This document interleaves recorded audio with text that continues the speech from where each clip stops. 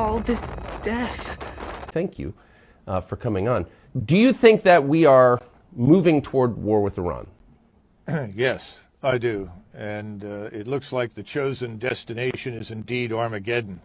There doesn't seem to be any real appreciation for the implications for us and frankly, for Europe and the world, as well as the Middle East, of such action. You know, take for an example, just on the economic side, about 20% of the world's oil passes through the Straits of Hormuz every month.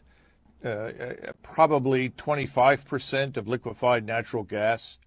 And you're talking about shutting down 2 to 3 million barrels a day of oil from Iran.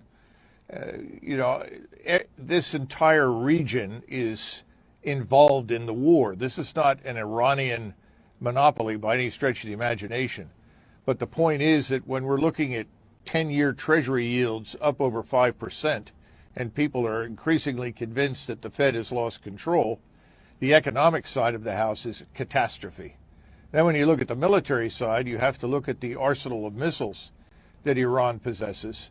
And they can reach out 1,200 miles with great precision, very high explosive conventional warheads that would do enormous damage, destroying whole city blocks in places like Haifa, Tel Aviv, even Jerusalem, though I doubt they would attack Jerusalem. The bottom line is that we need to think this through, and everyone right now is emoting. There is no thinking anywhere, as far as I can tell. The only possible exception may be, amazingly enough, Mr. Erdogan in Turkey, who came out this morning and indicated he was willing to mediate the dispute between Israel and Hamas. Whether or not anyone in Washington or Israel is interested in talking, I don't know. But if we could sideline Turkey and keep Turkey out of the fight, that would ultimately help Israel enormously. So what would happen to the United States if we followed Senator Graham's advice and just began bombing critical infrastructure in Iran? Like, what would happen then?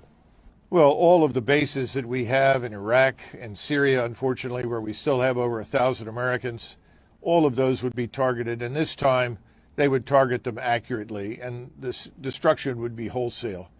I would expect trouble here at home and in the United States because of the open border. Hezbollah has a very large operation in Mexico.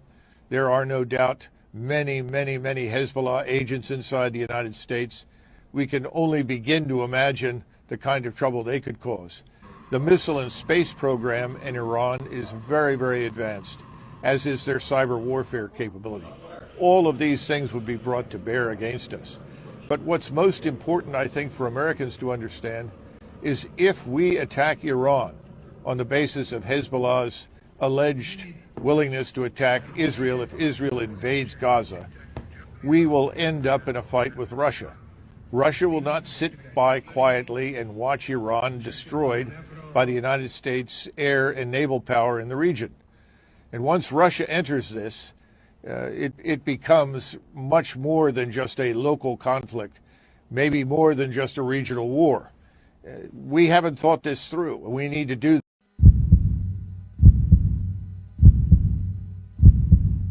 First Thessalonians 5. But of the times and the seasons, brethren, ye have no need that I write unto you. For yourselves know perfectly that the day of the Lord so cometh as a thief in the night. For when they shall say peace and safety, then sudden destruction cometh upon them, as travail upon a woman with child, and they shall not escape. No!